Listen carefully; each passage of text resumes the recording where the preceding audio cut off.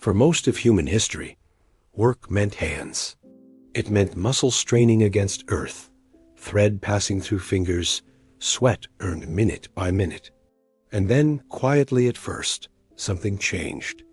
A machine did in seconds what once took hours. And in that moment, humanity crossed a line it could never uncross. Before machines, labor defined civilization. Fields were plowed by human strength or animal power.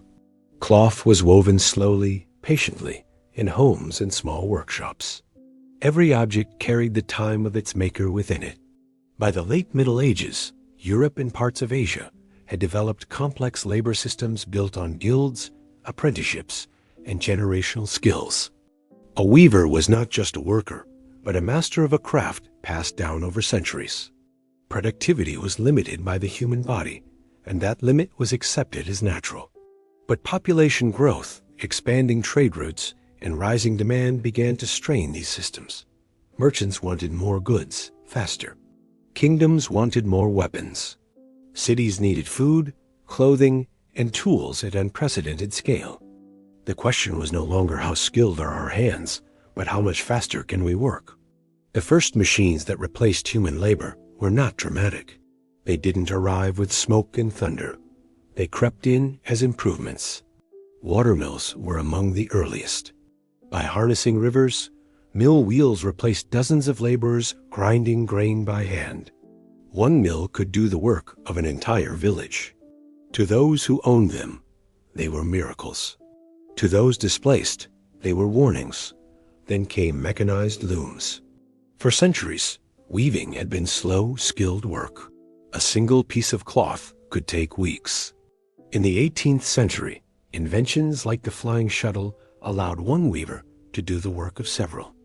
Soon after, spinning machines such as the spinning jenny and water frame multiplied thread production beyond anything imaginable. Suddenly, the bottleneck of human speed was gone. Factories emerged not because machines required buildings, but because they required control. Owners centralized machines to monitor output, reduce labor costs, and standardize production. Workers moved from homes to factories, from autonomy to schedules, from craft to repetition, and resistance followed. In England, skilled textile workers known as Luddites smashed machines, not because they hated technology, but because the machines destroyed their livelihoods while enriching factory owners. This was one of the first moments in history where humans directly fought machines. But the march continued. Steam power severed dependence on rivers. Now machines could operate anywhere, anytime. Steam engines replaced human hauling, pumping, and lifting.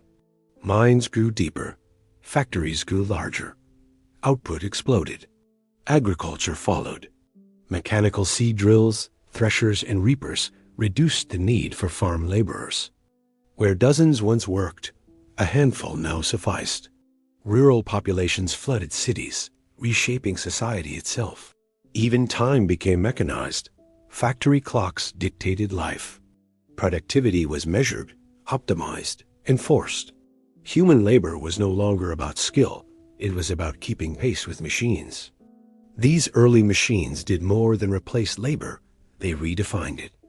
Wages replaced craftsmanship. Jobs replaced callings. Efficiency replaced tradition. Economically, they fueled unprecedented growth. Goods became cheaper. Living standards eventually rose. Entire middle classes emerged. Socially, they caused upheaval. Urban overcrowding, child labor, dangerous working conditions, and vast inequality followed. Governments were forced for the first time to regulate labor. Psychologically, something profound shifted. Humans were no longer the most efficient tool in the system. That realization has haunted every technological leap since.